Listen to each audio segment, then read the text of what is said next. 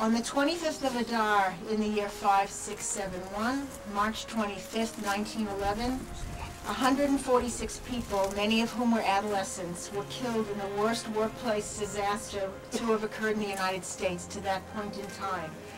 The victims, the majority Jewish, were burned to death or fell to their deaths in their efforts to escape the flames at the Triangle Shirtwaist Factory fire in the Ash Building in Greenwich Village. Hebrew Free Burial stepped forward on that fateful day to care for the victims and their families, and they also offered to help non-Jewish victims as well. There's no family around to come and remember them on this very important 100th yahrzeit. So Hebrew Free Burial stepped in as their family, as the group that took care of them 100 years ago, to make sure their memory is not forgotten. Ida Chaya Bat Eli Ben Sion, age 15. She came from Russia in the summer of 1910. 9 months later, Ida was working at the Triangle Factory. Hebrew Free is relevant, it's viable, its services are needed more than ever. We take care of people who have absolutely no voice. Once you die, you need a friend, and that's who we are.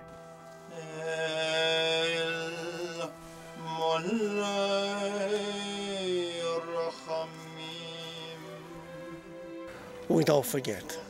Today we memorialize those who die so young. Some were here only months in this country. Truly, literally stepped off the boat and went right to work in a factory. They worked and they died not in vain, because their death changed the labor laws, changed the fire code, changed many things in the city, and made life better for many, many people of all colors, ages, and descent. It's a great mitzvah. These people could never give back. We don't know these people. Sometimes they're all alone. And this is the last kindness that we could do for anyone, because they can no longer give back or say thank you or anything. For the last 120 years, we are an organization that has worked on burying the indigent and being a part of the Jewish community and helping. In this case, 100 years ago, when the 20-some-odd victims of the Triangle Shirtwaist Fire who were buried here needed a place to be buried, we were that organization.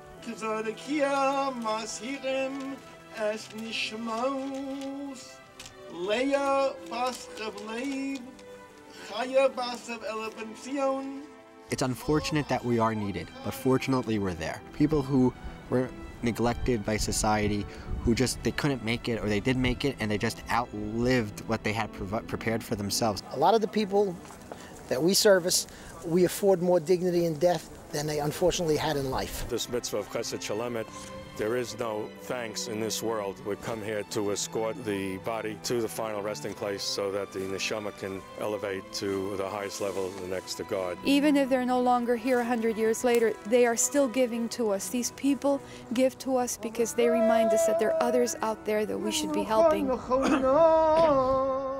And Hebrew Free Burial Association is the strongest testimony and witness to this precept. Each one have to have his name, his property, his name, like in life. He need address to come to visit him. This is why.